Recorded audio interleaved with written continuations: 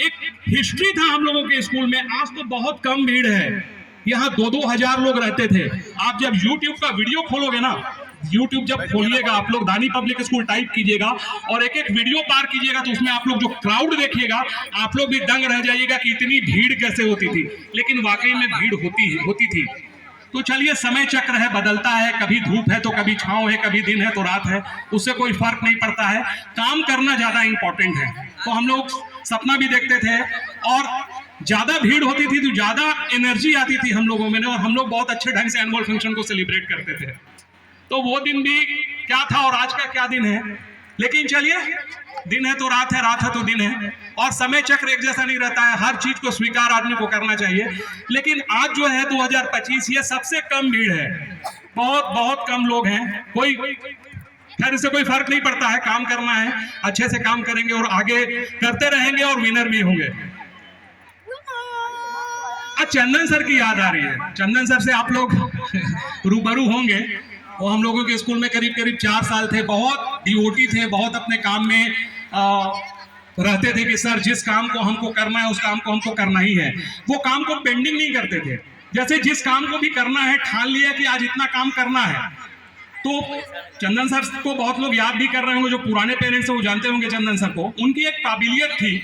आज वो construction line में चले गए हैं। उनके पापा की तबीयत खराब हो गई थी बीच में 2020-21 में, जिसके कारण उनको यहाँ से जाना पड़ा। नहीं तो वो मेरी परछाई बन के काम करते थे, और जिस चीज को ठानते थे कि सर इस काम को आज कंप्लीट करना है, उस काम को वो कंप्लीट कर ही लेते थे, उस काम को छोड़ते नहीं थे। विनय सर को आप लोग याद कर रहे होंगे। तो विनय सर के साथ हम लोग बैठते थे क्लास 1 में, टिफिन होता था तो खाना खाते थे। हम रहते थे, विनय सर रहते थे, केवल सर रहते थे। हम लोग बैठ करके खाना खाते थे साथ में। और उन यादों को आपके साथ इसलिए साझा कर रहे हैं कि आज उन लोगों की बहुत याद आ रही है, और हम लोग कैसे कैसे करके स्कूल में काम करते थे, कैसे बच्चों को पढ़ाते थे। और एक क्षण वो भी था जब विनय सर यहाँ से 2012 में दिल्ली चले गए थे। तो आपको यकीन नहीं होगा कि जब हम उनको याद करते थे क्लास में, तो मेरी आंख से आंसू आने लगता था। तो जब आंसू आता था तो हम भाग जाते थे क्लास से कि बच्चे देखेंगे तो क्या सोचेंगे कि सर के आंख में आंसू क्यों आ रहा है, क्यों वो रो रहे हैं। तो जब विनय सर की याद आती थी, चूंकि वो दिल्ली चले गए थे, और जब हम पढ़ाने जाते थे तो विनय सर की याद आती थी, चूंकि वो दिल्ली में थे, और सारा काम का लोड, वर्कलोड मेरे ऊपर ज्यादा पड़ गया था। ये 2012 की बात है। और सहसा उनको याद कर करके हम लोग रोते थे। मेरी आंखों में कई बार आंसू आता था कि विनय सर यहाँ पर नहीं है, कैसे काम करेंगे, क्या करेंगे। चूंकि एक परिवार के तरह अटैचमेंट उनके साथ हो गया था। एक बच्ची थी जिसका एडमिशन हम लोगों ने किया था सन 2002 में।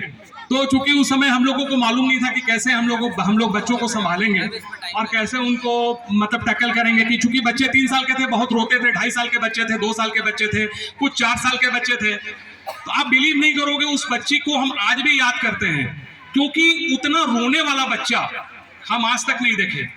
वो रोते रोते टर्न कर जाती थी, ऐसे ऐसे करके रोल करती थी वो बच्ची, ऐसे ऐसे करके घूमती थी। और अब बिलीव नहीं करोगे, हम लोग जब क्लास में रहते थे उसको संभालते संभालते वो गेट तक चली जाती थी, रोल होते होते, ऐसे करते करते। बिल्कुल ये मतलब सच्चाई वाली बात आपको बता रहे हैं। और उसको संभालना उस बच्ची को इतना कठिन काम होता था, लेकिन वैसे करके भी हम लोगों ने बच्चों को संभाला कि अब उसको चुप कराना है, उसको गोद में लेना है, उसको क्लास में बैठाना है। क्योंकि हम लोग को उतना अनुभव नहीं था। 2000 देते थे, कुछ चॉकलेट देते थे, बहुत तरह की प्रक्रिया उस समय करते थे, और फिर बच्चों को टैकल करके आगे बढ़ाते थे। बहुत सारे पेरेंट्स सोचते हैं कि नहीं, बच्चे को स्कूल भेज देते हैं, बहुत आसान काम होता है, लेकिन इतना आसान होता नहीं है। जितना सामने से दिखता है उतना आसान कोई चीज होता नहीं है। वो जब आप उसमें इन्वॉल्व होते हो, जब आप उसमें शामिल होते हो, तब पता चलता है कि वो वर्क जो होता है कितना डिफिकल्ट होता है, कितना उसमें मेहनत करना पड़ता है, कितना मशक्कत करना पड़ता है उस 3 साल और 4 साल के बच्चे को शांत कराने में और पढ़ाने में। एक बच्चे का याद अचानक से अभी दिमाग में आ रहा है। ऐसे ही नर्सरी में वो पढ़ता था, नाम उसका हम नहीं बोलेंगे यहाँ से।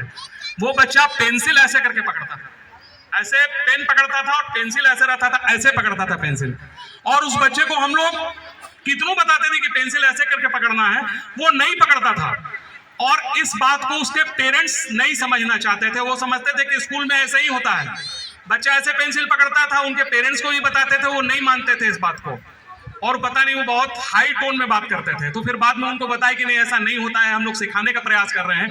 वो बच्चा इस लेवल में पेंसिल पकड़ता था और उसको सिखाना, पेंसिल पकड़ा के सिखाना, वो मशक्कत हम लोग किए थे कि आज अचानक से उस बच्चे की याद आ गई।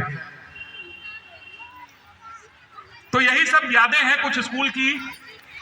कुछ हम लोगों का पेड़ था ऐसे करके सीधा सीधा, वो उस पेड़ का भी एक अलग था। हम लोग उसमें बैठ के नीचे लंच करते थे, बच्चों को वहां पर बैठा के लंच कराते थे। आज वो नहीं है, चूंकि प्लान कुछ दूसरा था। और अभी भी प्लानिंग जो है वो हम स्कूल के लिए क्या बेहतर करना है। लेकिन बहुत सारी चीजें जब आप चाहते हैं कि हम इन चीजों को करते हैं, करना चाहते हैं, लेकिन समय आपके अनुकूल नहीं होता है। बहुत बार क्या होता है कि टाइम आपके अनुकूल नहीं होता है कि आप इस काम को कर पाओ या इस काम को कर लो। वहां से तो बहुत आसान लगता है कि हाँ इस चीज को ऐसे करना चाहिए, इस चीज को ऐसे होना चाहिए, ये काम आप क्यों नहीं कर रहे हैं, बहुत आसान लगता है। लेकिन जब आप ड्राइविंग सीट पर बैठते हो तब पता चलता है कि गाड़ी चलाने के बाद ठोकर कहां पर है और कितना आपको लेफ्ट करना है और कहां पर पार्किंग करना है और कौन चीज को कैसे करना है। तो ये जब आप किसी चीज से जुड़ते हो तब पता चलता है कि वहां पर क्या क्या चीजें होती हैं और कैसे उस चीज को मैनेज करना पड़ता है। एक और चीज है, एक बार अभी आपको हम कुछ बता रहे हैं तो कुछ यादें आ जा रही हैं। एक बच्चा था जो बहुत तेज बच्चा था, उस बच्चे का नाम हम बताएंगे आपको। उस बच्चे का नाम था सुकेश मांझी। वो उस समय मेरे ख्याल से 1 या 2 में पढ़ता था और बहुत ब्रिलियंट और बहुत तेज बच्चा था, बहुत तेज बच्चा था। तो पता नहीं क्यों वो कुछ बदमाशी किया था और बदमाशी करने के बाद क्या किया, वो घुटना के बल बैठ गया और घुटना के बल चलने लगा, ऐसे करके घुटना के बल ही चलने लगा। और उसके पैर में थोड़ा सा खरोच आ गया और बैठ के रोने लगा कि मतलब कि हमको चोट लग गया और हमको पैर में दर्द हो गया। और हमको आज भी नहीं याद पड़ रहा है कि वो बच्चा क्यों घुटने के बल चला था और क्यों उसके